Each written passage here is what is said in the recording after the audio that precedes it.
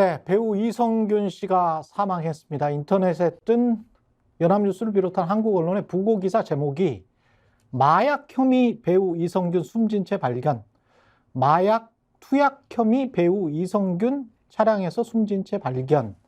이 대부분인데요.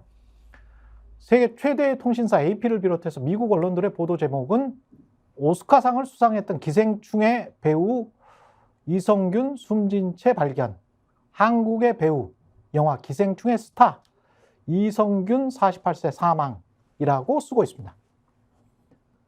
산 사람에게도 막대했던 언론에게 죽은 자에 대한 예의를 요구하는 것은 무리겠죠.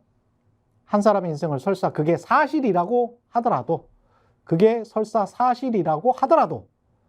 마약 투약 딱 하나로 한 사람의 인생을 규정해버린다? 너무나 잔인하지 않습니까? 정치도 언론도 다 함께 우리 같이 살자고 하는 일 아닙니까?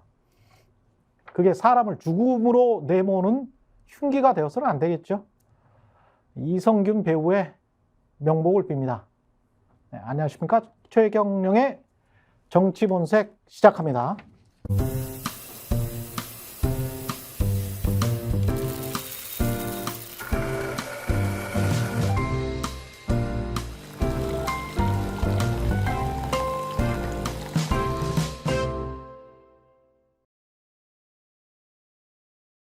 네, 정치본색 오늘도 뜨거운 이슈들 짚어보겠습니다. 김종욱 전 청와대 행정관 나와 계시고요. 장성철 공론센터 소장, 그리고 정교한 정치평론가 나와 계십니다. 안녕하세요. 네, 안녕하세요. 예, 이성균 배우 사망과 관련해서는 당장에 이제 검경의 행태나 특히 언론의 그동안의 고질적인 관행처럼 돼 있는 것들 또다시 질타를 받고 있습니다만은 이게 뭐 수십 년 동안 정말 안 고쳐지네요.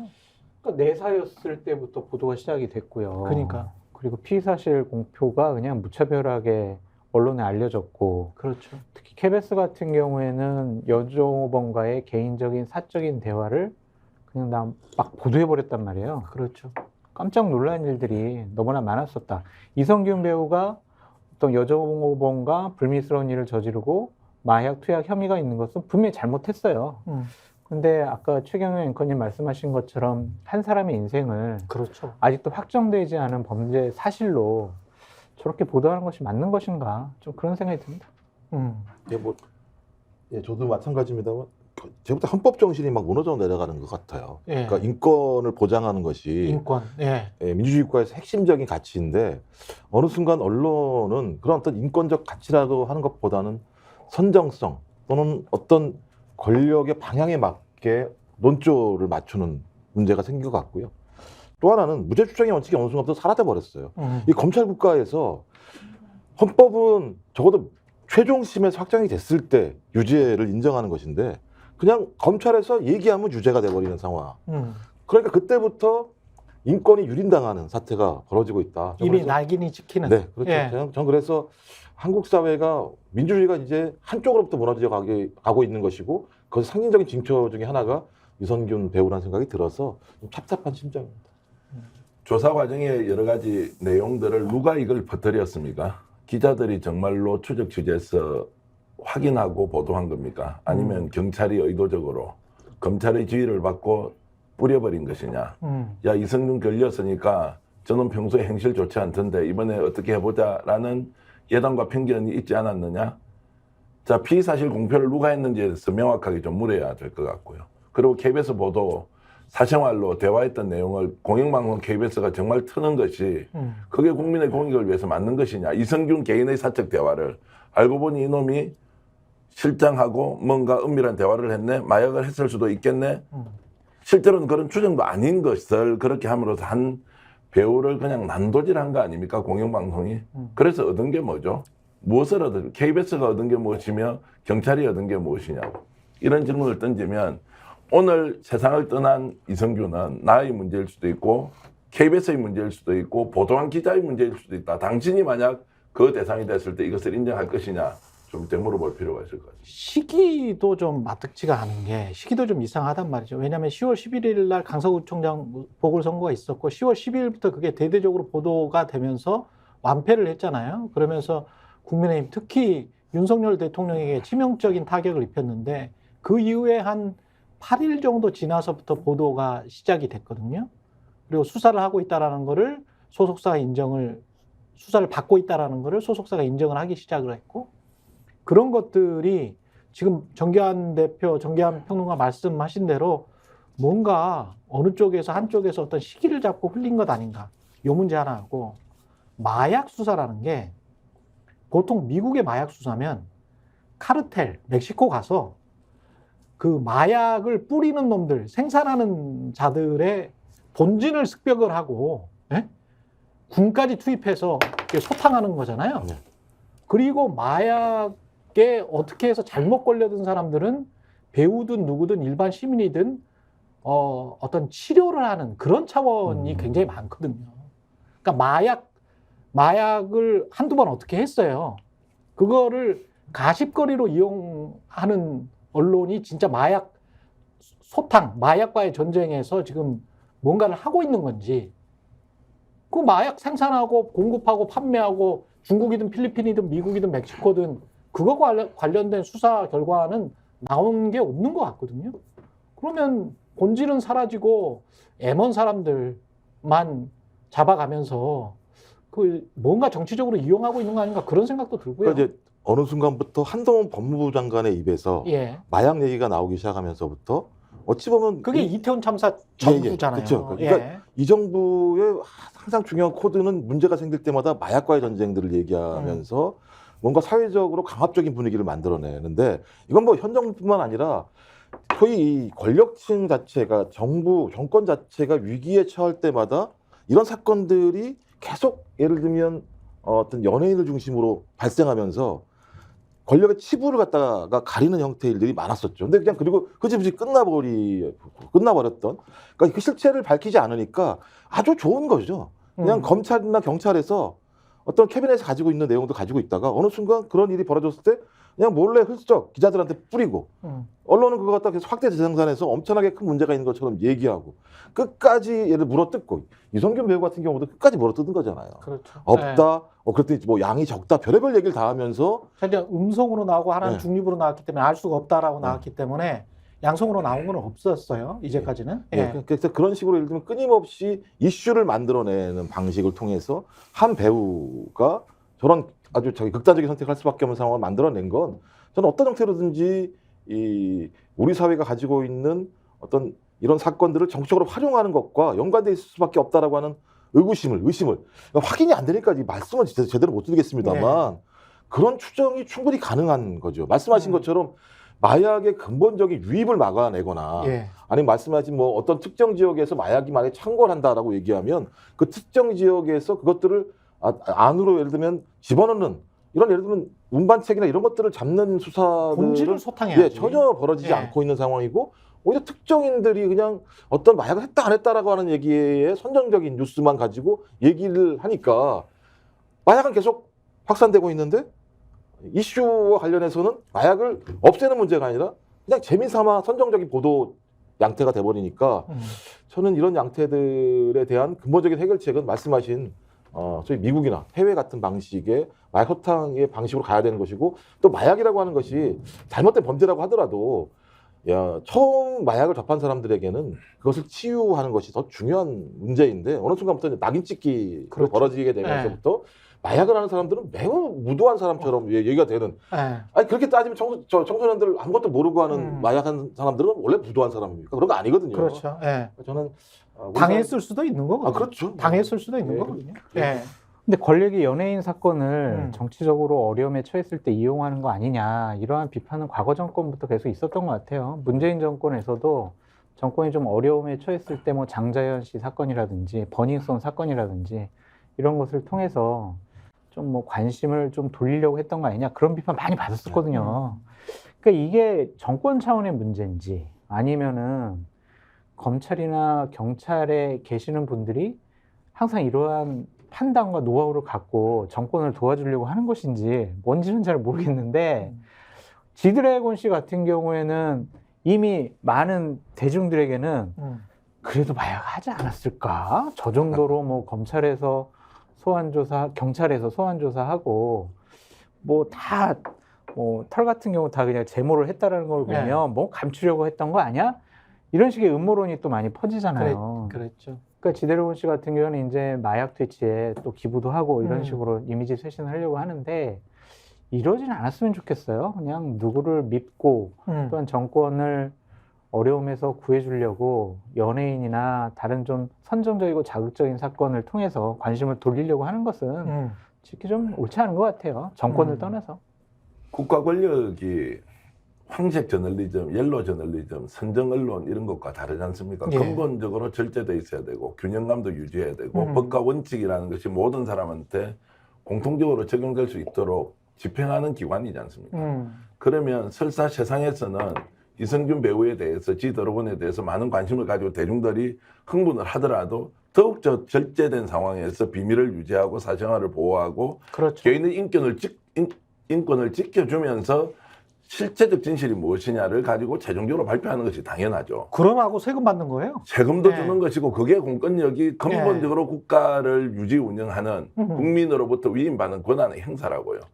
엉터리지 않습니까? 피의사실 공표 다 했지 않습니까? 마지막에 이분이 세상을 떠나기 전에 19시간 동안 경찰의 수사를 받았어요. 해도 나오는 게 없어요. 다 음성이에요. 그러면 어떻게 해야 됩니까? 아, 이거 음성이기 때문에 법적으로 처벌할 수가 없기 때문에 시간을 좀 가지고 가야 되는데 마지막에 다시 정말 쫓던 짐승 잡아가지고 족치듯이 19시간을 조사를 해요. 이건 어떤 느낌이겠습니까? 조사받는 사람이, 한 배우가. 그래서 제가 질문을 이렇게 드리고 싶죠. 정말 윤석열 정부나 또는 지금 현재의 검찰이나 경찰이 우리 사회가 키워놓은 49년, 50년 동안의 정말 인류의 자산이든 세계의 자산이든 대한민국의 자산을 이런 식으로 허비하면서 허망하게 죽음으로 몰아넣는데 너희가 단 1점이라도 거기에 역할을 했다면 책임도 좀 질 각오를 해라. 그런 마음이 없으면 공권력이 이런 식으로 국민들로부터 불신을 받고 정말 특정인의 죽음을 이런 식으로 만들고 우리 사회적 자산을 이렇게 잃도록 하는 행위에 대해서 정말 너희들은 국민으로부터 받은 세금으로 먹고 사는 자들이 할 일이냐 이런 질문을 저는 던지고 싶습니다. 예, 집권여당 국민의힘 그리고 윤석열 정부에게 책임을 묻는 목소리가 어제 전 국민의힘 대표를 통해서 나왔는데요. 이 주요 부분을 한번 듣고 이준석 전 대표의 탈당 그리고 창당 앞으로의 일정에 관해서 좀 이야기를 나눠보겠습니다. 과거 정치 군인들은 북한의 위협을 항상 강조했습니다. 그리고 비상선포를 통해서 많은 자유를 억압했습니다. 놀랍게도 소위 직업군인이라는 그들은 실제로 쿠데타를 위해 전방사단까지 동원하는 등 국가 안보를 최우선에 놓고 일을 처리하지도 않았습니다. 대통령과 당대표가 모두 군인인 시절을 겪어내고 이겨냈던 우리가 왜 다시 한번 검찰과 경찰이 주도하는 정치적 결사체 때문에 중요한 시대적 과제들을 제쳐놓고 극한 대립을 강요받아야 합니까? 네, 검찰과 경찰이 주도하는 정치적 결사체 때문에 왜 우리가 극한 대립을 강요받아야 하냐? 검찰과 경찰이 주도하는 정치적 결사체는 어느 당일까요? 예. 국민의힘이죠. 지금 뭐 왜 이렇게 이야기를 한 거지? 비대위원장이 비대위원장 검사 출신, 대통령이고 원내대표가 경찰 출신, 간부 출신 윤재옥이, 사무총장도 경찰 출신. 이철규, 아니 이만희 그러네. 임재영입 위원장도 네. 경찰 출신. 경찰 출신. 검경합동수사본부 검경합동수사본부네. 그런 얘기도 하고 있는데 대통령도 검사 출신. 그러니까 좀 대통령께서 자유를 강조하시지만 지금 국민의힘의 자유가 있는 것이냐 그렇게 볼 수밖에 없고요. 또한 한동훈 전 법무부 장관이 본인이 취임을 하면서 취임사에다가 상당히 좀 강요스러운 모습을 보였잖아요. 불체포 특권 포기하는 사람은 공천 주고 포기를 하지 않고 그걸 유지하려고 하는 사람은 뭐 탈당, 출당시키겠다 막 이런 얘기를 하고 있는데 헌법상의 권리를 그렇게 개인적인 판단으로 억제하고 강요할 수 있는가 그런 좀 생각이 들고요. 하여튼 공천을 눈앞에 둔 국민의힘 의원들은 속칭 말해서 찍소리도 못해요. 찍소리도 못하는 사람. 무섭거든요. 그래요? 그러니까 이제 민주화 시대 이후에 김영삼 정권 이후 시대에 이렇게 좀 일방적으로 강압적으로 좀 다른 얘기를 듣지 않고 밀어붙이는 세력은 저도 처음인 것 같아요. 대통령실이 집권여당에게 여권 전체가. 여권 전체가. 네, 그냥 단순히 대통령실이라 보기는 어렵고요. 윤핵관들 했던 모습들 보세요. 지난번 전당대회 때 경쟁자들 다 그냥 거의 연판장도 돌리고 또한 출마하지 말라고 강요도 하고. 저도 KBS 있을 때 무서웠거든. 무서웠어요. 저는 방송 나가서 이런 얘기 하면서도 무서웠어요. 근데 그런 모습들에 대해서 이준석 대표가 좀 답답함도 느끼고 잘못됐다는 걸 지적하고 싶어 했던 것이 아니냐 그런 생각이 좀 듭니다. 제 생각에는 네. 서울의 봄이 1000만을 넘지 않았습니까? 서울의 봄 이야기죠. 과거 예, 정치군인들 이야기가. 서울의 봄이 결론적으로는 피로 얼룩졌죠. 실제로는 광주라고 하는. 그러니까 저는 이 상황 자체를 막아내지 못하면 또 피로 얼룩질 수 있는 측면이 있는 거죠. 과거와 같은 광주와 같은 방식이 아닐지 모르겠습니다만 근데 전조는 보였죠. 말씀하신 것처럼 대통령 입에서 3개월 만에 당대표 몰아낼 거야라고 얘기를 하고 그다음에 꼴대를 옮겨가지고 유승민 의원 못 나오게 만들고 그다음에 중간에 나경원 의원 같은 경우도 출마하지 못하게 만들어 주저앉혀버리고 그렇죠. 그다음에 안철수 같이 단일화한 주체한테 그것도 대통령이 직접 얘기한 게 아니라 수석이 아무 말도 하지 않으면 아무 일도 일어나지 않을 거라고 얘기하니까 안철수 의원은 또 아무 말도 안 하죠.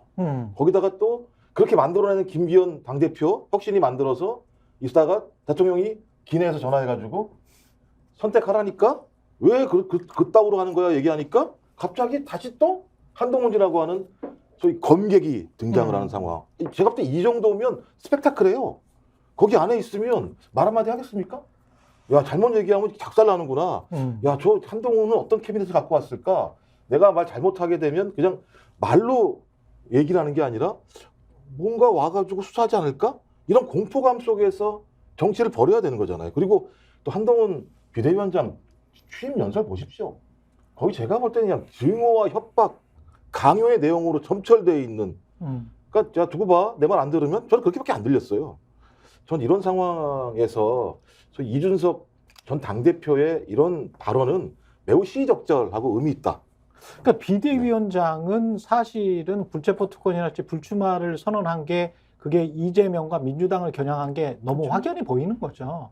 그래서 비대위원장의 취임 사안은 오히려 국민의힘의 어떤 자성과 성찰과 앞으로의 혁신에 관해서 이야기를 했었어야 되는데 그게 없었고 탈당하는 사람은 오히려 그걸 보여줬고 그렇게 그 모순된 상황이면 국민들이 누구에게 더 점수를 줄까 그런 것도 좀 생각을 해봐야 될 것 같고요. 뭐 단순하게 질문드리면 국회가 가지고 있는 원래의 기능을 회복시키는 것이 한동훈의 역할입니까? 아니면 국회의원이 다 도둑놈이니까 저것들 두들겨 잡아야 되겠다고 하는 것이 비대위원장의 목표가 돼야 됩니까? 정치가 똑바로 가지 못하는 것은 정치의 본령을 세우는 것이 정말로 지도자가 해야 할 일이지 그 정치인이 나쁜 놈이니까 저거 처단하는 거 확실하게 보여드리겠습니다. 국민 여러분 시원하시지요? 라고 하는 것이 정치인이 해야 될 일이냐 이렇게 질문 던지면 한동훈이 비대위원장 취임 일성으로 했던 말이 얼마나 우스꽝스러운 것인지. 아니 게다가 역으로 중대범죄인 그 주가조작 의혹 사건 같은 경우에 김건희 여사가 연관이 분명히 돼 있는데 그것과 관련해서는 뭐 뜬구름만 잡고 있잖아요. 그러니까 그게 그대로 돌아오는 거예요. 본인은 지금 한동훈 비대위원장은 이재명을 겨냥해서 중대범죄 혐의자를 가로막고 있는 민주당 다수당 이렇게 묘사를 했잖아요. 근데 똑같이 중대범죄 혐의를 가로막고 있는 대통령실과 비대위원장 국민들은 그렇게 인식할 수밖에 없거든요. 정확한 지적이신 것 같고요. 그러니까 이재명 당대표가 불체포 특권 뒤에 숨은 거에 대해서도 공격한 것이고 그렇지. 본인들은 이재명 당대표는 차별성 있게 도덕성이 있는 집단이다라는 걸 강조하기 위해서 그래서 불출마를 불체포 특권 포기를 이제 얘기를 한 것 같은데 그럼 김건희 여사는 왜 포기를 못하냐고요. 저 그렇게 묻고 싶어요.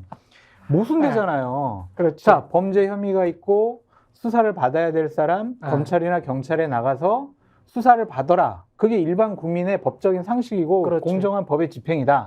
그러니까 너희들 불체포 특권 뒤에 숨지 말아라. 이거 맞잖아요. 그러면은 권력자도 그렇게 돼야 되잖아요. 김건희 여사가 무슨 소도에 사는 신이에요? 거기는 신성 뭐 불가침의 영역이에요. 검찰에서 수사를 제대로 안 하고 기소도 안 하고 무혐의 처리도 안 하고 조사도 제대로 안 하니까 국회에서는 법적인 권한인 특검을 통해 가지고 사실관계를 밝히겠다. 권력자 영부인이니까 대통령 배우자니까 그럼 국회는 야 이거 4월 총선을 눈앞에 두고 있으니까 정쟁일 소지가 있어. 그러니까 우리 이거 하지 말아야지. 이렇게 판단할 수는 없잖아요. 근데 그걸 갖고 한동훈 장관도 새로운 여당의 모습을 보여주겠다라는 비대위원장 취임을 하면서 악법이야. 그러니까 저것은 통과되면 안 돼. 통과되더라도 거부권 행사해야 돼. 이것은 국민이 원하는 방식이 아닐 것 같아요. 그래서 저는 상당히 우려스럽고 걱정스럽다.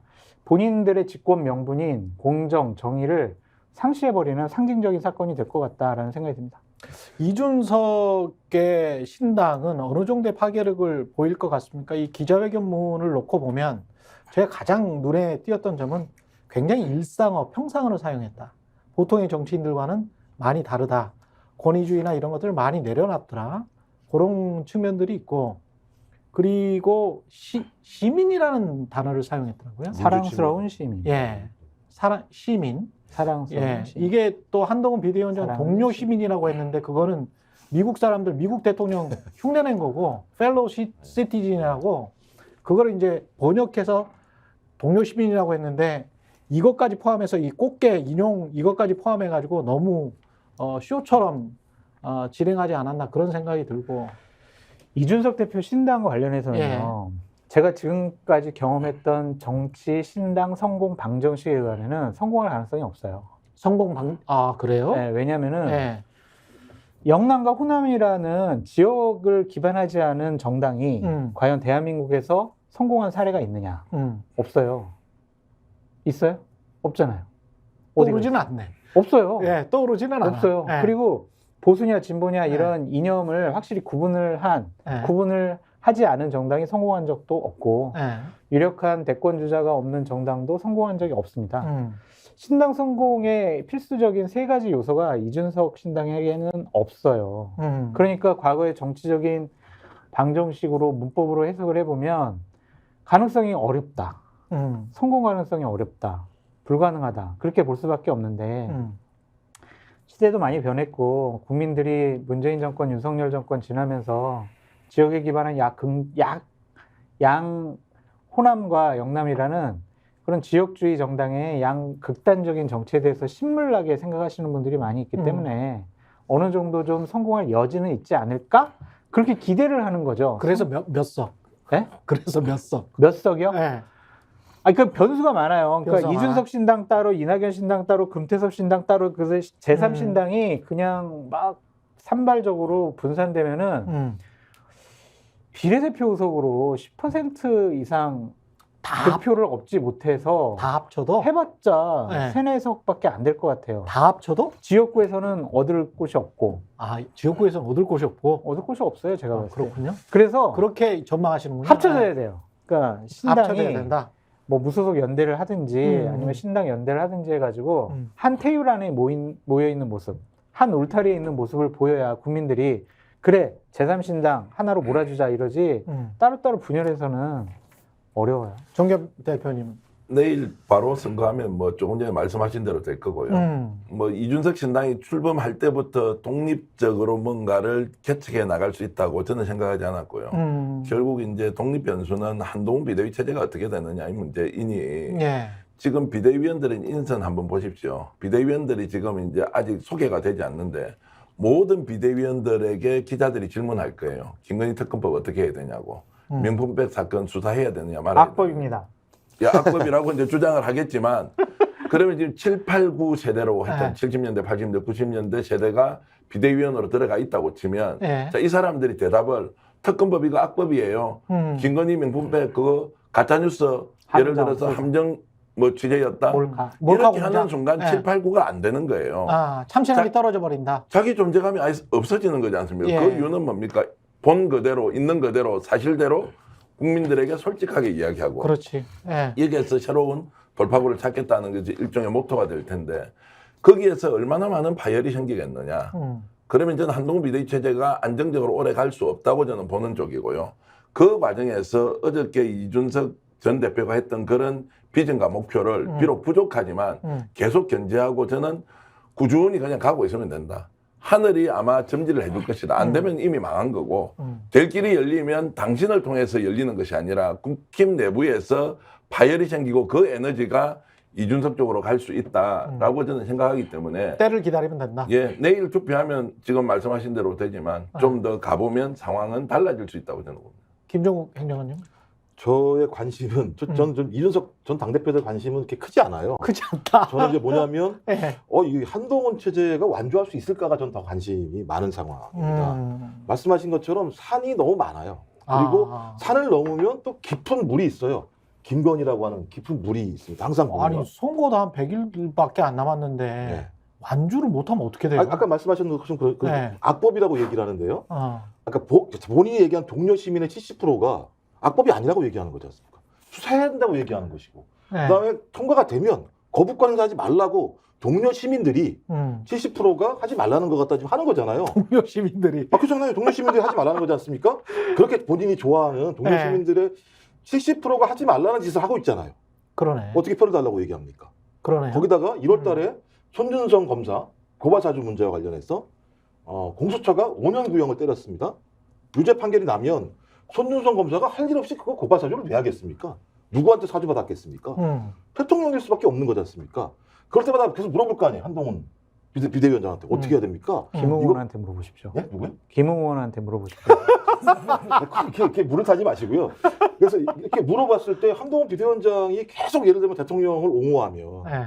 한동훈 체제 아래에서 공천받는 사람들이 성공할 수 있을 거라고 생각하겠습니까? 그 순간부터 이탈이 시작되겠죠. 조금씩. 그 이탈의 폭 자체가 넓다면 저는 그 넓은 이 이탈의 폭을 가져갈 수 있는 사람은 제가 볼 때는 이준석 전 당대표일 가능성이 높다. 예. 근데 본인은 여기에 대한 욕심도 없는 것 같아요. 그 보름달, 초승달 얘기하는 거 보니까 자연의 섭리.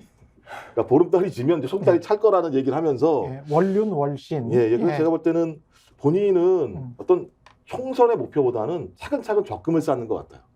더 먼 것을 위한 적금을 쌓는 것이 본인에겐 더 보탬이 된다라고 생각하는 것 같고요. 속으로는 분명히 대권을 노리고 있는 것 예, 같습니다. 예. 그래서 예. 적금을 매달 잘 넣으면 되는 거죠. 그냥 한 방에 뭐 터뜨리겠다고 생각하는 순간 깨지죠. 왜냐하면 이준석 전 당대표 완전히 해성같이 올라온 거잖아요. 그렇죠. 그때만 하더라도 뭐 네. 세상이 무서울 게 없었는데 그냥 져버리잖아요. 대통령 말 한마디에 그냥 져버리잖아요. 그러니까 차근차근 무너지지 않을 만큼 쌓아야 되겠구나라는 생각을 하는 것 같아서 전 그런 측면에서 근데 그 전에 뭐라 그러냐면 대통령한테 막 요구하잖아요. 3가지 조건을. 믿을 사람한테 요구를 해야죠. 변할 사람한테 요구를 해야죠. 그러니까 왜 저걸 걸고 예를 들면 하려고 하는 거지? 저게 정치인가? 저는 그런 측면에서 계속 비판적이었던 거예요. 윤석 전 당대표에 대해서. 근데 이번에 하는 얘기를 들어보니까 제가 볼 때는 차근차근 가려고 하는구나. 뭐 오케이. 그 장성철 소장님이 보시기에는 보수신당입니까? 진보신당입니까? 삼지대입니까? 보수신당이죠. 보수신당입니까? 그러니까 이준석의 정체성은 보수신당이다? 보수 우파의 플랫폼을 벗어나서 정치하기는 어려울 거예요. 그냥 중도층을 좀 끌어들이는 네. 그러한 보수 개혁신당의 형태를 띠지 않을까라는 좀 생각이 들고 본인도 뭐 진보 쪽이나 민주당 쪽에 뭐 그렇게 그쪽에서 주장하는 것에 대해서 찬성하는 것 같지도 않고 그쪽에 네. 있는 분들과 뭐 우정을 나누는 것 같지도 않거든요. 그래서 진영을 넘어서 정치는 하지 않을 것 같다는 좀 생각이 드는데 예. 한동훈 체제가 흔들린다라고 우리 정재환 평론가님 말씀하셨는데 그거는 외부 요인이 아니라 내부 요인일 가능성이 높아요. 내부. 2가지 요인인데 하나는 민주당이 한동훈 비대위원장 가만두겠어요? 진짜 아마 탈탈 털 거예요. 그래서 법무부 장관이었을 때 인사청문회 그 정도 수준이 아니라 정치인 한동훈으로서 검증받아야 될 것들이 너무나 많거든요. 개인적인 문제, 그렇죠. 뭐 지금 법무부 장관 하면서 했던 여러 가지 얘기들과 지금 모순된 말과 행동들 그런 것들에 상당히 취약해질 수밖에 없다. 그런 생각이 좀 들고요. 또 하나는 한동훈 스스로 갖고 있는 엘리트주의가 자칫 잘못하면 한동훈을 망칠 수 있지 않겠느냐라는 네. 좀 생각이 들어요. 네. 그러니까 불출마 선언 같은 경우도 어느 누구하고도 상의하지 않았고 그 자리에서 그냥 얘기한 거라고 하더라고요. 아, 그래요? 저러한 독단적인 판단에 의한 메시지가 자칫 잘못하면 당을 되게 어렵게 만들 수가 있다. 정치인들에 대한 불신이 너무나 심하잖아요. 음. 한동훈 비대위원장이나 윤석열 대통령이나. 음. 그러니까 정치인들이 하는 조언 같은 경우에 듣지 않을 가능성이 좀 높다고 봐요. 예. 아, 그런 구태의연한 의견, 뭐 생각, 판단, 내가 새롭게 한번 바꿔보겠다라는 오만한 엘리트주의에 빠져 있을 것 같아요. 내가 선택하고 내가 근데 판단하는 것은 옳아. 윤석열 대통령은 신뢰할 만합니까? 한동훈 입장에서는? 두 분은 신뢰를 하겠죠. 그러니까 이거 같아요. 아니 이제까지 행위들을 보면 말을 자주 바꿨잖아요. 사실 윤석열 대통령도 저는 그냥 객관적으로 밖에서 보면 뭐 제가 정치를 할 것도 아니고 이렇게 보면 말 많이 바꿨는데 윤석열 대통령 많이 바꿨죠. 굉장히 많이 바꿨는데 그러니까 대표적인 그 중에서는 진짜 거짓말이라고 칭할 수 있는 것도 있는데 많죠. 뭐 예. 여가부 폐지 문제 관련해서 아니 주가 조작과 관련해서도 그렇잖아요. 굳이 또 뭐 주가 조작을 비유해가지고 아니 뭐 이거는 나중에라도 이거는 허위사실 공표 혐의로 뭐 될 수도 있는 거예요. 아니 그래서 네. 하여튼 한동훈 체제가 순항을 하고 예를 네. 들면 총선 때까지는 계속 네. 유지가 되려면 한동훈 비대위원장 스스로 세게 말 조심해야 되고 주변 정리 잘해야 될 것 같다는 생각이 들더라고요. 그 코미디 같은 세상이 벌어지고 있는데 우리는 코미디가 아닌 현실로 다 받아들이고 있어요. 대통령이나 한동훈 비대위원장이 거짓말을 밥 먹듯이 한다. 아니 또 뭘 밥 먹듯이 해요 또 자, 이 말은 이렇게 허위사실 공표가 될 수 있으니까 네. 밥 먹듯이는 아니지만 자주 한다. 명예훼손 자, 명예훼손 이미 뭐 제가 물 마시듯이 한다. 제가 이렇게. 조사를 받고 있으니까 맛있듯이 한다. 제가 이 말씀을 드리는 건 예. 실제로 국민들이 체감하는 건 이런 겁니다. 대통령이 말을 100마디 중에 한마디만 잘못하더라도 그렇죠.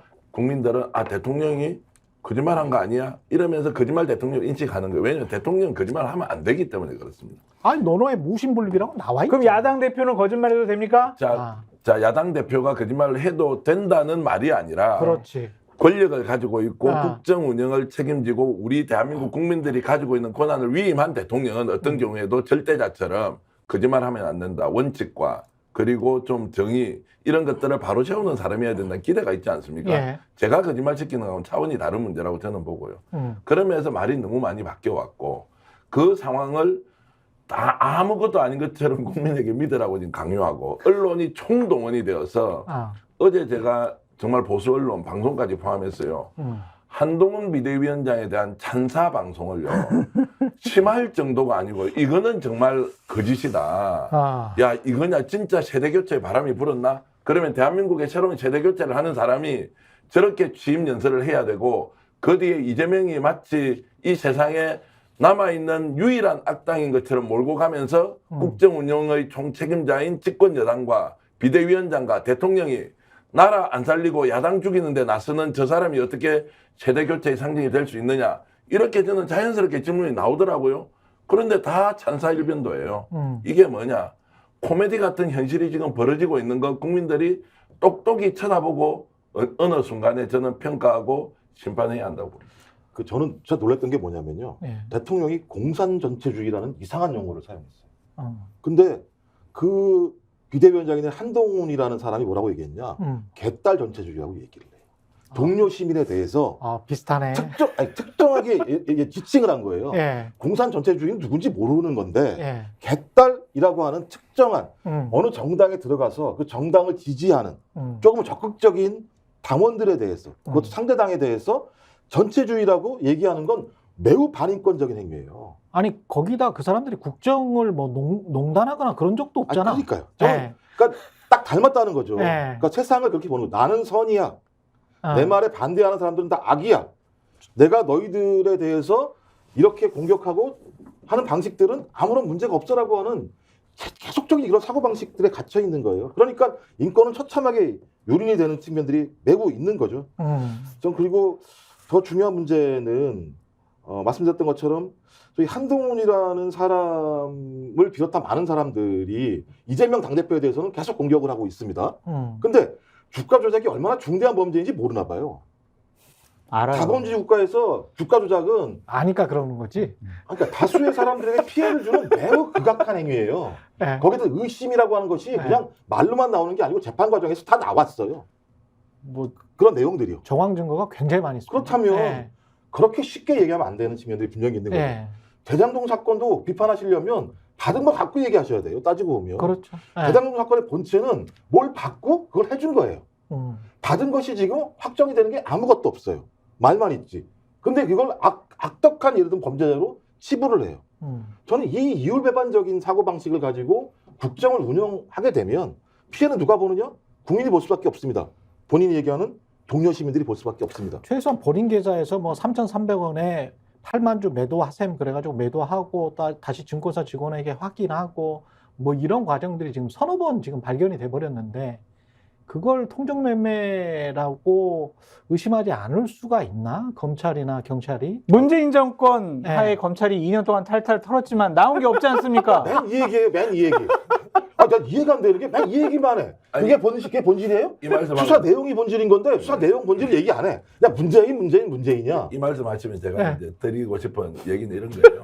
문재인 대통령이 직접 수사해요? 청와대가 수사를 합니까? 아니 민정수석실이 수사를 합니까? 수사는 누가 합니까? 검찰에서 했는데 그 검찰이야. 뭐 지금 윤석열 대통령 검찰이었고 그래서 봐주기 한 거는 예. 누가 봐도 알 테고 그냥 이런 질문 복잡하게 할 거 없습니다. 그때 수사했던 검사는 본인이 가슴에 정말 양심에 손을 얹고 예. 말해봐라. 네. 봐주기 했느냐 안 했느냐. 좌천시켜가지고 말을 못해야지. 좌천이라고 하기는 힘들지. 또 해외로 갔던데. 아니 네. 뭐 하면 또 순천으로 가고 예. 뭐 쉬다 오는 거 아닌가? 그걸 좌천이라고 그러죠. 법무연수원에서 한동훈 네. 장관이 나중에 어떻게 될지 모르겠고. 그러니까 이렇든 저렇든 공직에 예. 있는 사람들이 정말로 자기가 하고 있는 이 행위가 예. 국가를 위해서 얼마나 중요한 일입니까? 그렇죠. 하나하나의 행위에 대해서 정당성도 확보해야 되고 또 자기 인생의 원칙 이런 것도 관련이 있을 거 아닙니까? 조국 전 법무부 장관이 오마이TV의 인터뷰에서 약간 의도적으로 던진 말 같은데 제가 보기에는 12월에 대선을 할 수 있도록 아예 그냥 일정까지 못 박았어요. 그러니까 4월에 총선을 해서 12월에 대선을 할 수 있도록 200석을 범야권에 몰자. 200석을 범야권에 몰면 뭐 탄핵이고 이런 거 할 필요가 없다. 합법적으로 국회에서 그냥 개헌을 하면 된다. 개헌을 해서 대선을 앞당기면 된다. 조국 전 장관은요 저런 말을 하면 국민들이 윤석열 대통령 잘 못하는 것 같아. 권력을 너무 남용하고 사유화하는 것 같아. 그 야당 찍어줄까라고 하다가 조국 전 장관 저런 얘기하면 맞아. 조국이 민주당 편이었지 안 찍을 것 같아요. 전혀 도움이 안 될 것 같습니다. 예. 조국 전 장관 가족과 관련된 재판 잘 준비하시고 제발 좀 인정을 하셨으면 좋겠어요. 뭐 입시 비리, 사모펀드 비리 유죄 받았잖아요. 정경심 교수 아직도 감옥에 있잖아요. 근데 뭐 그렇게 잘났다고 이런 식으로 나와가지고 윤석열 정권을 공격을 합니까?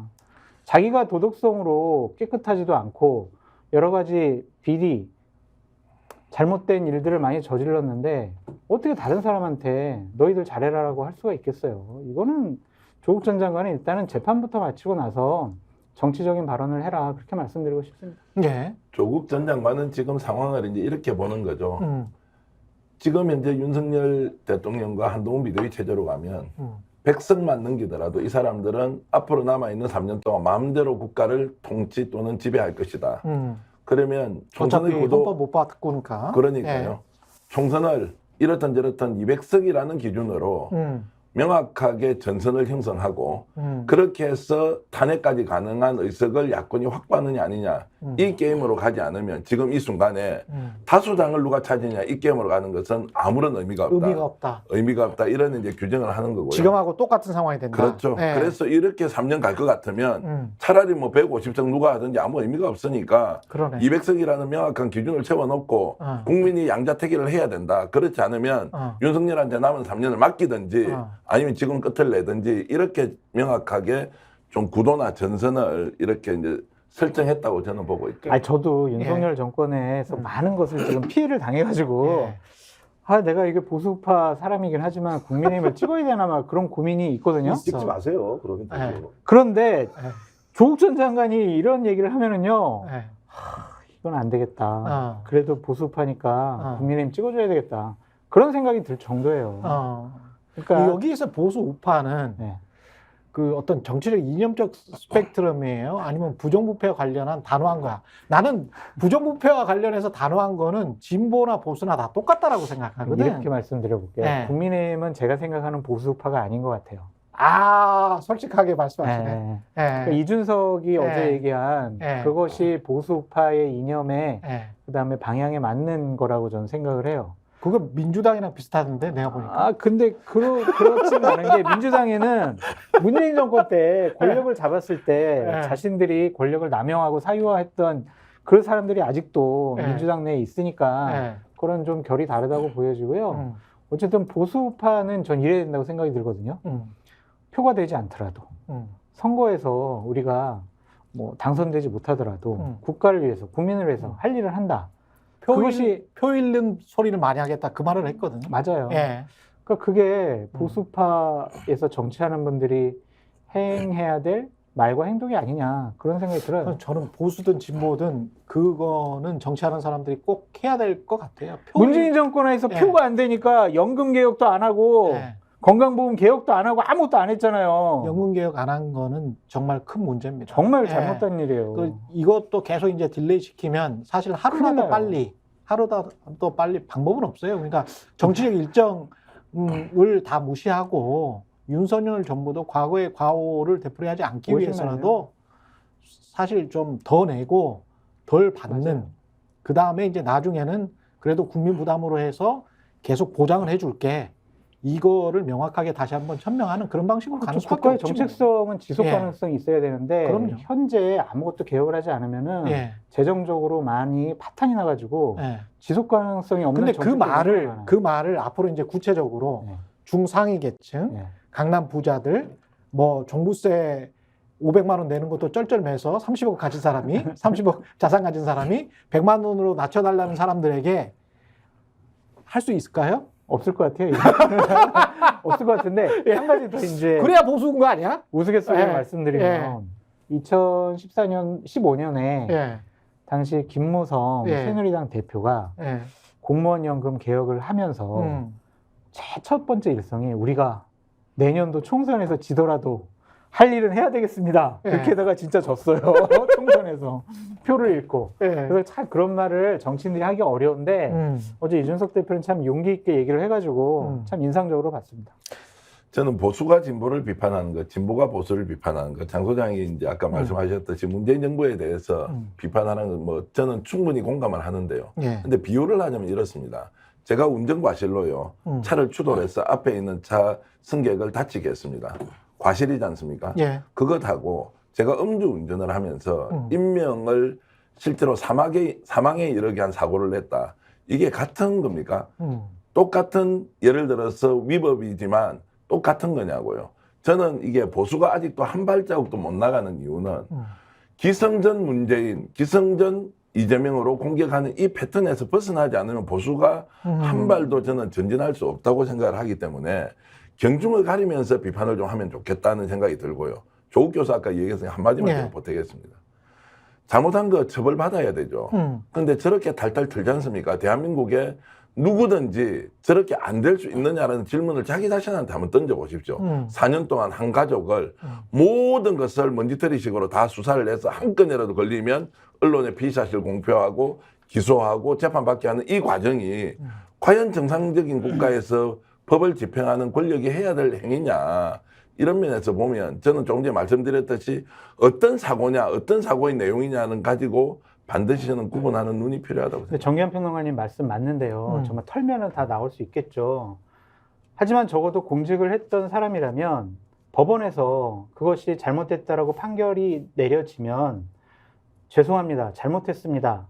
라고 국민들 앞에 사과해야 되는 부분이 있어요. 수차례 했어요. 수차례 했죠. 근데 아직도 네. 잘못하지 않았다고 했어요. 아니 누가 했어요. 아니 근데 얼마 전에도 조민에 대해서도 네. 조민이 억울하다 네. 이런 식으로 하고 또한 정경심 교수가 저렇게 대법원 확정 판결 받았는데도 네. 계속 억울하다라는 입장이에요. 아니 사과는 했는데 사과는 수차례 했는데. 그게 명확하게 네. 자 사모 입시 비리 저질러서 정말 죄송합니다. 네. 사모펀드 비리 저질러서 정말 죄송합니다. 잘못했습니다. 이게 아니라니까요. 그냥 재판을 아이들이 기소당하지 않을 때, 그러니까 검찰에서 조민 씨나 그 아들에 대해서 기소한다라고 수사한다라고 하니까 그때 그냥 뒤로 물러서가지고 약간 유감 표명을 한 정도지 이 정도면 명확하게 안 아니, 했어요. 저는 보수주의자 입장에서 네. 그러면 헌법을 망각하고 네. 국가 권력을 창탈한 박정희 전 대통령의 따님이신 박근혜 전 대통령은 그 쿠데타에 관해서 사과를 했습니까? 사과를 안 했죠. 그런 어마어마한 중대 범죄를 저지른 아버지의 과에 관해서 지워버리려고 하고 역사 교과서도 바꾸려고 했잖아요. 기억나시죠? 나요. 예. 그러니까 뭐 근데 그거는 유야무야하고 국민의힘은 지금 우리는 전두환의 직계가 아니고 그 후손은 아닌데 근데 박정희 전 대통령과 관련해서는 늘 참배는 간단 말이지. 근데 전두환은 박정희를 따라한 것이고 박정희 쿠데타를 할 때 육사생도들 데리고 호위무사들처럼 길거리에서 퍼레이드 한 걸 주도한 사람이 전두환이고 그 전에 길거리에서 퍼레이드 하기 전에 전두환이 너 나 비서해라. 이미 뭐 다 증언이 나온 역사적인 사실이잖아요. 그 전두환과 노태우를 네. 감옥에 보낸 사람이 네. 김영삼 대통령이에요. 근데 김영삼은 왜 국민의힘 홈페이지에 안 나와? 국민의힘 홈페이지요? 걸어온 길에 보면 네. 1997년부터 돼 있어요. 왜 안 나오는지 모르겠는데 제가 그렇죠. 국민의힘 당원이 아니라서 그러니까 모르겠는데. 그게 이상한 거야. 네. 민자당에서부터 시작했으면 민정당이 있어야 되거든. 네. 민정당이랑 합친 거잖아요. 김영삼 대통령이 정권을 잡기 위해서. 그래서 민정당에 관한 사과나 과거에 대한 그 과오에 대해서 인정을 해야거든요. 역사적 기술을 해야 되는데 국민의힘에 걸어온 길 지금이라도 한번 찾아보세요. 홈페이지를 가봐서 보면 1997년부터 나와요. 그러면 국민의힘 전현직 의원들 다 저한테도 똑같이 말씀하시더라고. 우리의 시조세는 김영삼이다. 네. 그래서 우리는 떳떳하다. 네. 우리는 민주주의자다. 네. 그러면 김영삼이 가장 밑에 있어야지. 네. 그런데 왜 이해창부터 나오냐고. 글쎄요. 그건 IMF를 불러일으켜가지고 많은 국민들에게 어려움을 끼쳐서 그렇게 서술하지 않았을 거라는 생각이 드는데 아니, 박근혜 전 대통령은 탄핵당했음에도 불구하고 나와. 나오죠? 그러니까 조국 전 이명박 전 대통령도 감옥 갔음에도 나와. 사진 나와요. 근데 가장 자랑스러워해야 할, 가장 자랑스러워 한다고 전현직 의원들이 다 말하고 있는 김영삼 전 대통령은 홈페이지에 없어. 홈페이지에 없다. 걸어온 길에 한번 봐보세요. 걸어온 지금이라도. 길에요? 예. 찾아보겠습니다. 예. 그러니까 어쨌든 박근혜 전 대통령 왜 당신은 쿠데타에 대해서 사과를 안 했어? 탄핵당한 대통령하고 조국 전 장관을 비교하는 것도 좀 무리가 있어 보인다라고 좀 말씀을 드리고, 그러니까 여야를 떠나서 진영을 떠나서 이념을 떠나서 잘못한 건 잘못했잖아요. 입시비리 저지른 거 그거 잘한 거예요? 아니 그건 사과를 제가 했다니까. 조금만 말씀을 네. 사과를 아까 정확히 안 했다니까요. 그러니까 뭐냐면요. 우리가 이성균 배우에 대해 얘기한 게 뭡니까? 네. 계속 피의 사실을 공포하고 계속 반복적으로 뭐가 있을 거라고 얘기했던 거잖아요. 네. 조국 전 장관 문제는 제가 볼 때 우려먹을 만큼 우려먹었어요. 실제적으로. 아니 본인이 반성을 제대로 안 하잖아요. 동일한 내용이에요. 뭐 변한 내용이 있나요? 동일한 내용을 반복적으로 계속 공격을 하는 거예요. 그리고 그렇다고 하더라도 조국 전 장관은 정치적 발언을 할 수 있어요. 대한민국은 누구나 발언할 수 있어요. 발언도 못하게 하는 건 매우 반인권적인 거예요. 아니 그 사람이 그런 혐의가 있다고 정치적 발언을 못한다라고 우리 헌법에 명시돼 있습니까? 누구나 정치적인 견해를 밝힐 수 있는 게 대한민국이고 조국 전 장관도 이 사태와 관련해서 자기의 정치적 입장을 얘기하면 그 나온 내용을 가지고 논의를 해야 되는데 왜 저런 사람이 이런 얘기를 한다고 얘기하면 그 사람 앞으로 발언할 수가 없잖아요. 이건 제가 볼 때 그냥 천형이에요. 천형 아닙니까? 자기는 감옥 안에 들어있는 것도 아니고 밖에 나와서 일반적인 활동을 하고 있는데 발언을 할 때마다 당신의 죄가 있으니 그런 발언을 하지 말라고 얘기하면 그건 그냥 걸어다니는 감옥 안에 갇혀 있는 거죠. 그러니까 조국 전 장관이 발언한 내용을 가지고 그 발언 자체에 문제가 있는지 없는지 논쟁은 좀 가능하다고 봐요. 근데 그런 말을 하고 있는 존재 자체가 그런 말을 할 수 없다고 얘기하면 전 그건 되게 무서운 거라는 거죠. 그래서 그런 접근을 안 했으면 좋겠다는 생각이 드는 거고, 또 하나는 예를 들면 이제 조국 전 장관의 그러니까 이런 말씀, 그러니까 그런 게 있는 것 같아요. 200석을 얻자. 저는 이 말에는 살짝 좀 동의 못하는 부분이 분명히 있어요. 그러니까 그 진심이어야 되거든요. 그러니까 국민들은 심판하고 싶은 거예요. 무슨 100석, 200석 이런 게 중요한 게 아니라 심판하고 싶으면 왜 심판해야 되는지를 얘기해야 되는데 주로 선수들은 몇 석이라는 목표를 제시를 하면서 이 진심을 갖다가 왜곡시킬 수 있는 측면들이 꽤 있습니다. 그러니까 저는 그래서 또 하나는 또 역풍을 우려하기 때문에 200석 얘기하는 측면도 분명히 있어요. 그러니까 그냥 탄핵이란 말을 못 하거든요. 그러니까 탄핵을 되게 무서워해요. 탄핵합시다라는 말에 대해서. 제일 좋은 방법은 뭡니까? 탄핵하는 거예요, 실제로는. 왜 200석을 얻으려고 그렇게 고생을 해야 됩니까? 이유는 하나잖아요. 국민을 대의하기 위해서 200석을 얻자는 게 아니라 윤석열 대통령을 끌어내리기 위해서 200석을 얻자는 얘기잖아요. 결론적으로. 선거의 본령 자체가 완전히 바뀌어버린, 전도되는 거죠. 전 그렇다면 그냥 탄핵합시다고 얘기하면 돼요. 전원 대통령을 데리고 모시고 우리가 국가를 운영하게 되면 민생은 도탄에 빠질 것이고 대한민국의 국격은 떨어질 것이고 앞으로 나락에 떨어질 수 있으니까 네. 탄핵합시다라고 얘기하는 게 맞는 건데. 근데 이게 압치나 대치나 네. 탄핵하려면 200석이 필요한 거 아니에요? 아니요. 탄핵 같은 200석이 필요한 건데. 네. 그러니까 예를 들면 선거 전략으로 그걸 얘기를 하게 되면 네. 선거 자체에 대한 선거 전략으로 네. 논의가 된다는 거죠. 전 그래서 심판하자가 맞다는 거예요. 단순하게 심판합시다. 네. 우리가 얼마나 많이 당했습니까? 대통령 하는 문제가 많지 않습니까? 너무 어떻게- 정치공학적으로 보인다. 그러니까 60%의 부정층이 1년 6개월 동안 도도하게 자기의 생각을 바꾸지 않았을 때에는 심판하고 싶은 욕구가 가장 큰 거거든요. 근데 거기에 막 200석, 180석 이런 얘기들이 들어가게 되면 오히려 그것을 얘기하는 사람들이 정치공학적으로 보이는 측면이 분명히 있기 때문에 예. 좀 조심할 필요가 있다고 생각을 합니다.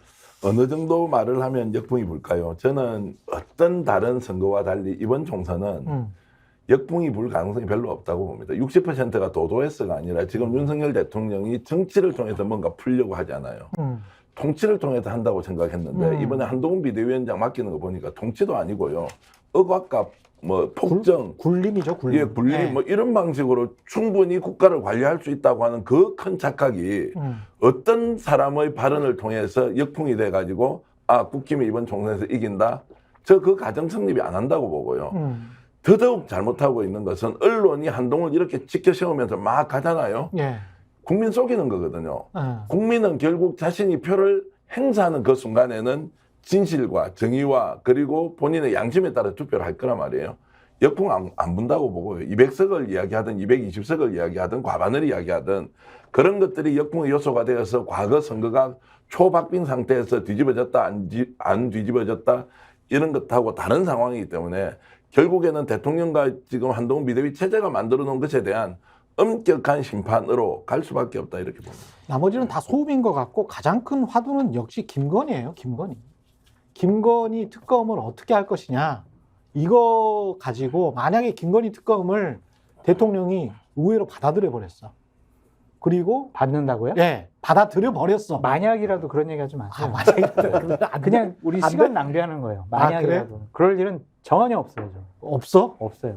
진짜 다른 0%? 그런 얘기도 있고 0%? 아니 정치평론가가 0% 이런 건 말하지 그건 소수점 이하예요. 소수점이야.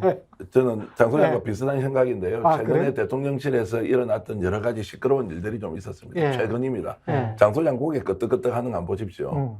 이 사안이 총선 후 특검 이야기 나오고 나서 예. 대통령실에서요 와장창창 깨지는 일이 있었다고 아. 들었었을 거고 저도 다른 루트에서 들었습니다. 아. 이 와장창창은 저는 못 시청자 들었어요. 여러분들께서 알아서 판단하시고요. 예. 그래서 뭐 물건이 새로 들어가고 이렇게 좀 했다고 제가 실제라고 하면 안 됩니다. 아. 제가 그 이야기를 네. 들었던 분한테 예. 제가 들었는데요. 예. 그만큼 이 문제는 대통령이 특검과 관련돼서 여지가 없다는 걸 보여주는 것이고요. 그러면 특검은 어떤 경우에도 총선에 지더라도 못 받는다. 이걸 지금 한동훈 비상대책위원장한테 정말 엄중하게 지시를 내린 상황이기 때문에 정치가 만들어질 수 없는 상황이다, 이게. 그래서 점점점 더 특검과 관련된 것은 꼬이고 꼬여서 마지막에는 어느 한쪽이 완전히 폭발하고 한쪽만 살아남는 상황이 될 수도 있다고 저는 봅니다. 그러니까 과거에 보면 권력에 대해서 국민의 실망이 점점 커져가고 네. 대통령에 대한 지지율이 떨어졌을 때 보통 비대위를 만들잖아요. 그럼 비대위에 성공 방정식이 있단 말이에요. 그렇지. 대통령과 차별화를 이끌어낼 수 그럼. 있는 사람, 네. 다른 얘기를 할 수 있는 사람, 맞아.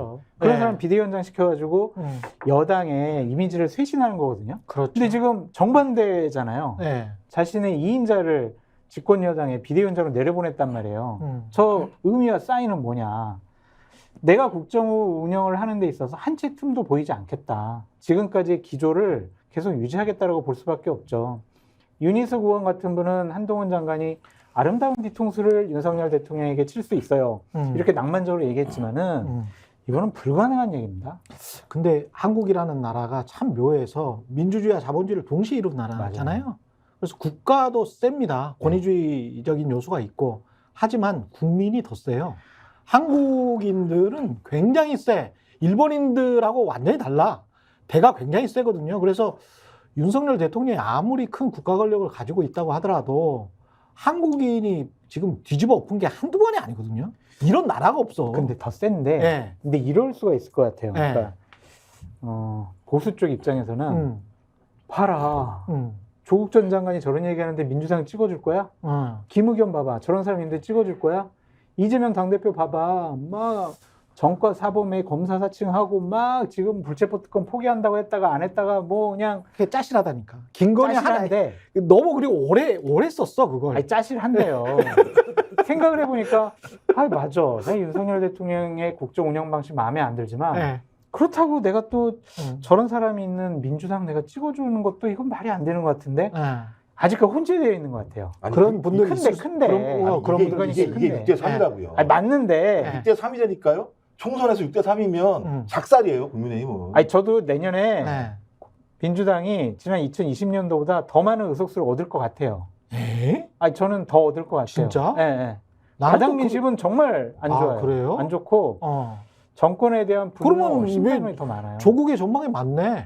맞는데 네. 그 얘기도 조국이 하면은 기분 나쁘다 이거지. 아니, 그런 거예요? 제가 얼마나 놀랐냐면요. 네. 이게 제가 볼 때 대통령을 한동훈도 안 믿는 거예요, 제 생각에는. 왜냐하면 한동훈 비대위 취임하기 전에 총리, 비서실장 다 당정대 모여가지고 특검 안 받는다는 얘기를 했어요. 그러니까 예를 들면 취임하는 자에게, 그러니까 비대위원장에게 특검법에 대한 유연성도 주지 않은 거예요. 따지고 확실한 보면. 메시지를 야, 줬구나. 우리가 다 총리, 비서실장, 그다음에 당에서 와서 다 결정하게 특검 못 받는다고 결정한 거잖아요. 예. 그러니까 대모서 박아놓은 거죠. 그러니까 한동훈, 너는 내 말만 들어. 이게 딱 오더가 딱 떨어지는 거예요. 저 이런 상황이라면 할 수가 없는 거죠. 특검을 예를 들면 받아들인다라는 건 말이 안 되는 것이고, 근데 또 딜레마는 뭐냐면 지난 대선할 때 이 국민의힘 백드롭에 뭐가 썼냐면 예. 특검을 거부하는 자가 범인이다 이렇게 써 있었어요. 대선한 내내. 예. 그러니까 딜레마인 거죠. 뭐 계속 이제 국민들은 그래 니네들이 거부하니까 니네들이 범인이야라고 생각하는 거고, 한동훈은 그걸 엎을 수가 없는 거고. 그럼 거부하고 나서도 총선 이후가 되면은 지형이 바뀔 텐데 이준석 전 대표 기자회견에서 선출되지 않은 권력 그 사람 앞에서 법과 상식마저 무력화되는 모습의 반복, 이것도 김건희거든. 선출되지 않은 권력. 맞아요. 예. 뭐 이재명을 지칭하는 건 아니란 말이야. 이재명은 선출됐잖아요. 국회의원이니까.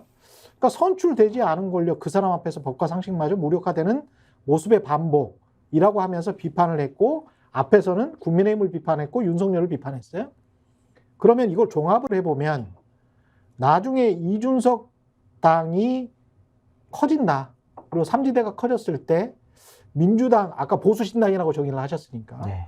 민주당이 지금의 정당 정도를 가지고 있고 약간의 진보당 의석이 있고, 그리고 보수신당이 꽤 뭐 10석, 20석 가지고 있다면 잘하면 개헌선이나 200석 넘긴다. 넘길 수도 있겠네. 그런 계산도 가능하지 않습니까? 근데 그건 사례가 있었죠. 이미. 상상력이니까. 이 박근혜 전 대통령이 있을 때가 그런 구도가 정확히 있었던 그렇죠. 거죠. 그렇게 돼버린 그 구도를 통해서 탄핵을 한 거기 때문에 그렇지. 말씀하신 것처럼 그러니까 예. 반윤 심판론에 동의하는 정당들이 200석을 넘으면 되는 거죠. 예를 들면 그거 그렇죠. 반윤연대에 그렇죠. 동의하는 쪽이. 그렇죠. 그러니까 그건 예. 대원이든 탄핵이든 제가 볼 때는 결정하면 되는 거기 때문에, 그러니까 심판론이라는 교집합을 계속 얘기한다고 제가 말씀을 드리는 거예요. 안 그렇고 서로 예를 들면 정략적인 발언을 하게 되면 나중에 그 신뢰가 없기 때문에 말씀하신 그런 내용들 자체에 대한 합의가 안 될 수 있는 측면들이 분명히 있습니다. 예. 전 그래서 하여튼 심판론으로 똘똘 뭉치자, 반윤으로 똘똘 뭉치자, 그렇게 해서 나온 결과를 가지고 그 다음에 국민에게 약속한 부분들을 실현하면 된다 이렇게 생각이 드는 거죠. 제가 유권자가 되고 나서 35년 동안요. 예. 실제 이런 정치는 처음 보거든요. 저희들이 어릴 때는 독재정권 밑에서도 살았지만 정치가 이렇게 돌아가는데 국민들이 30%가 움직이고 따라가는 것이 이상하다는 거예요. 이게 완전 비정상이에요. 비정상인 정도가 아니고 이게 미쳐 돌아가는데도 다 환호하고 막 이렇게 한단 말이에요. 그래서 어느 순간에 보수 세력은 정치를 포기하고 이익 결사처럼 아예 똘똘 뭉쳤나? 내한테 이익 되니까 자, 지나왔던 행적, 과거, 발언 다 무시해주고 지금 이 순간에 야, 내가 이렇게 얘기하는데 야, 너희들 따라와. 안 따라오면 다 그냥 저기야. 라고 이렇게 선동하는데 동조하는 국민들이 30%인 이 사실이 정상국가가 아니다. 그럼 정상국가가 아니라고 규정을 하면 어떻게 해야 돼요? 사실은 이것을 어떤 식으로든 정상이라고 생각하는 사람이 뒤집어야 되지 않겠습니까? 예. 여기서 조국 이슈가 어디 있으며 대장동 이재명 사법 리스크가 어디에 있으며 문재인 전 대통령의 책임이 뭐가 있으며 이런 것들이 요소요소에는 사실일 수 있지만 전체적으로 보면 이 상황을 상쇄할 만한 논리가 아닌데 여전히 지금 집권 세력은 그것만 가지고 국민들을 선동하고 호도하고 총선에 이길 수 있다. 야, 이것을 어떻게 실제 상황으로 나중에 총선에서 뒤집을 수 있다. 이렇게 착각하는지 잘 모르겠습니다. 국민의힘은 예, 예. 지금 정신력으로 총선을 승리할 수 있다고 생각을 하고 정신승리. 있어요. 예. 예, 축구를 하는데 정신 투혼. 예, 정신 투혼. 근데 그렇다고 민주당이 가만히 앉아서 홍 씨가 떨어지는 거를 기다리면서 이 홍 씨가 180석 가만히 앉아서 그러는 모습을 보이는 것 같으면 또 한국의 유권자들이 또 가만히 있지는 않을 거란 말이죠. 뭔가 적극적으로 나서서 골을 넣고 득점을 하고 민주당 정당으로서 뭔가 혁신의 모습을 보여주고 안 해도 될 것 같아요. 안 해도 될 것 같아요. 이미 한 10대 0이라서 아, 그래요? 자살골 몇 골 넣더라도 아, 그럴까요? 네. 아니요. 경제에서 근데 이길 거예요. 역사는 있죠. 한 번 정도 사례가. 네. 그러니까 뭐냐면 호남에서 민주당을 응징하고 예. 수도권에서는 지금의 국민의힘을 응징한 선거가 예. 있었죠. 아무- 2016년 선거가 그렇죠. 있었죠. 그렇죠. 예. 그래서 저는 지금도 마찬가지입니다만, 그러니까 말씀하신 전체적인 구도는 맞지만 민주당이 거기서 얼마만큼 큰 파일을 얻을 것인가의 문제는 그렇죠. 민주당이 얼마나 혁신할 것인가의 문제가 달려 있는 민주당의 그거는 거죠. 자체 역량이야. 예. 그럼 만약에 예. 혁신하지 못하는 부분에 대한 심판론을 지지하는 분들은 음. 또 다른 뭐 그것이 인적 신당이든 어디든 여기를 지지하시겠죠. 그렇죠. 전 그렇다면 전반적으로 민주당도 심판받은 측면이 되는 거죠. 그렇죠. 전 그래서 그런 것들을 받지 않기 위해서 민주당이 거기에 걸맞는 혁신들을 해야 되는데 예. 아직은 좀 미적거리고 있다라는 표현을 듣고 있는 거고요. 아마 제가 볼 땐 1월 말에서 2월 초가 되면 세게 한번 제가 볼 때 밀어붙일 거라고 생각해요. 자체 혁신에 관해서. 네네네. 민주당의 가장 큰 혁신은요. 공천을 끝낸 시점에서 이재명 당대표가 뒤로 물러나는 거예요. 그러면은 정말 선거 끝난다고 저는 생각이 듭니다. 아, 그래요? 네. 네. 이재명 당대표만 안 보이면 아, 공천이 끝난 다음에 왜냐면은 공천이 끝나기 전에 이재명 당대표가 물러날 생각은 안 할 것 같아요. 일단은 자기 사람들 다 공천 주고 선대위원장을 다른 사람 안 친다? 뭐 자기야 뭐 명목상의 공동 선대위원장 할 수 있겠지만 어쨌든 당대표로서 아니 선거 지면은 당대표 그날 바로 그만둬야 되잖아요. 그렇지. 한 석이라도 더 얻을 수 있다면 그렇죠. 뭐 그냥 한 달 정도 당대표 그만두는 게 뭐가 그렇게 중요하겠습니까? 그래서 선거 전략상 그렇게 한 걸음 뒤에 물러나 있는 모습 보이게 되면은 어쨌든 국민의힘이 무엇을 어떻게 하더라도 정권 심판론이 높아서 민주당이 대단한 압승을 거둘 것 같다라는 생각이 듭니다. 예. 이재명 당대표가 뒤로 물러서는 것은 어려운 카드는 아닐 거예요. 어려운 카드가 민주당의 아니다. 상황에서는. 예. 다만 이제 민주당이 혁신의 방향을 어떻게 내부에서 안 해도 채우는가의 된다니까. 문제지. 아니, 그러면 예를 할 게 들어서 뭐가 있어요? 안 되는데 왜 그래요? 혁신할 게 뭐가 있어요? 아, 불체포 특권 한다는데. 또 포기한다고 그래요? 맨날 붙잡아서 아, 민주당이야? 아 그러네 또. 아니 뭐 그 개헌해야 되는 거예요. 부채부 특권 문제는 제가 개헌하는 것 같다. 얘기 좀 하면 안 됩니까? 어쨌든 그것은 어려운 카드는 아닐 테고요. 예. 다만 혁신의 내용을 어떻게 채우느냐. 예. 당 안팎에서 엄청난 요구가 나오지 않습니까? 그 예. 혁신도 필요하고 부분적으로 통합도 필요할 건데 이런 부분에서 현재 이재명 당대표가 리더십 보여주지 못하는 건 사실이고 그러나 그것은 지금 다른 종합적인 상황과 비교했을 때는 작은 문제고 그런 것들은 해결하면 장 소장님 얘기대로 민주당이 이제 압승을 할 수 있는 분위기가 있고 저는 총선에서 민주당이 압승하고 안 하고의 문제가 아니라 정치가 정상화되는데 각자의 역할이 있는데 여든 야든 그렇죠. 이런 것들을 전혀 못하고 있어서 민생이 더욱더 도탄에 빠지고 있다. 그렇죠. 이런 것들을 직시하면서 국민들이 마지막 판단해야 한다고 봅니다. 제가요. 네. 그러니까 민주당이 압승을 할 거라고 생각하는 이유가 뭐가 있냐면 공천 개혁을 국민의힘에서 하지 않고 공천 학살을 할 것 같아서 그래요. 아. 그러니까 지금 오늘 뭐 언론 보도 보면은 네. 대통령 참모 장차관들 한 50명 정도가 내려간다면 출마하려고 예. 한다라고 이제 기사가 나오잖아요. 그거 외에요. 정말 윤석열 대통령을 강하게 지지했던 사람들이 현역 의원들이 있는 곳에 곳곳에 지금 예비후보로 등록했어요. 아, 그렇습니까? 네. 네. 그 사람들이 괜히 등록을 안 했을 거예요. 그 50명이나 돼? 아, 이거 넘는다니까, 훨씬 더. 넘어? 거의 모든 지역에 그래요, 지금. 그러면 모든 한 지역에. 1년 전에 그 소문이 파다했던 그 친위 세력 70명 그게 맞다니까. 현실화되는 거네. 그러니까 현역 의원들이, 예. 특히 영남권에 있는 의원들이 그냥 뭐 윤석열 대통령이 원하는 사람들을 공천을 줬을 때 음. 가만히 있겠냐 이거죠. 가만히 있는 사람들도 있을 거고 딴 자리 보장받은 사람도 있을 거고 억울해가지고 뭐야 나는 내가 나갈 거야라고 하는 사람들이 있을 거 아니에요. 무소속이라도. 30%라도 뭐야 나 출마할 거야 이러면은요 음. 공천 파동이 일어나가지고 이거 어마어마한 선거 구도에 변화를 불러일으킬 수밖에 없거든요. 어차피 선거는 2, 3% 차이인데 국회의원 선거는. 지금 예를 들면 그냥 알다시피 참모 장차관에도 50명이잖아요. 예. 그 사람 다 좋은 지역구거든요. 음. 그 사람들 공천 주기만 해도 현역원을 50명 날려야 되잖아요. 그 사람들 가만히 있겠어요?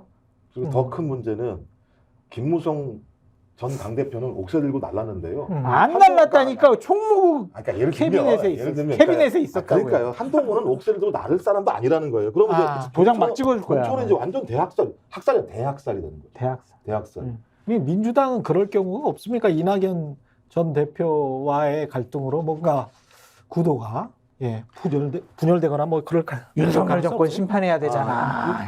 이걸로 끝날 것 이제 같아요. 지금부터 네. 이제 이재명 당대표가 이낙연 전 당대표 측과 접촉을 계속 하고 있죠. 나름대로 예를 들면 어떤 형태로든지 당이 단합의 길을 가야 된다. 당신들이 요구하는 혁신의 방안과 관련해서도 논의할 수 있다는 얘기를 해서 예. 정리는 될 것 같아요. 정리는 될 것 같은데 정리될 이제 가능성이 있다. 문제는 일부에 있는 사람들이 이재명 당대표를 본질적으로 인정하지 않는 사람들이 있어요. 이 일부에 있는 사람들이. 그래서 그분들은 같이 가기가 어려운 측면이 분명히 있는 거죠. 왜냐하면 당원과 국민의 77.77%로 당선된 당대표의 존재 자체를 갖다 인정하지 않으면 대화가 안 되는 거거든요. 그렇죠. 하지만 큰 틀에서는 제가 볼 때는 아마 지금 상황 심판론이 너무 강하기 때문에요.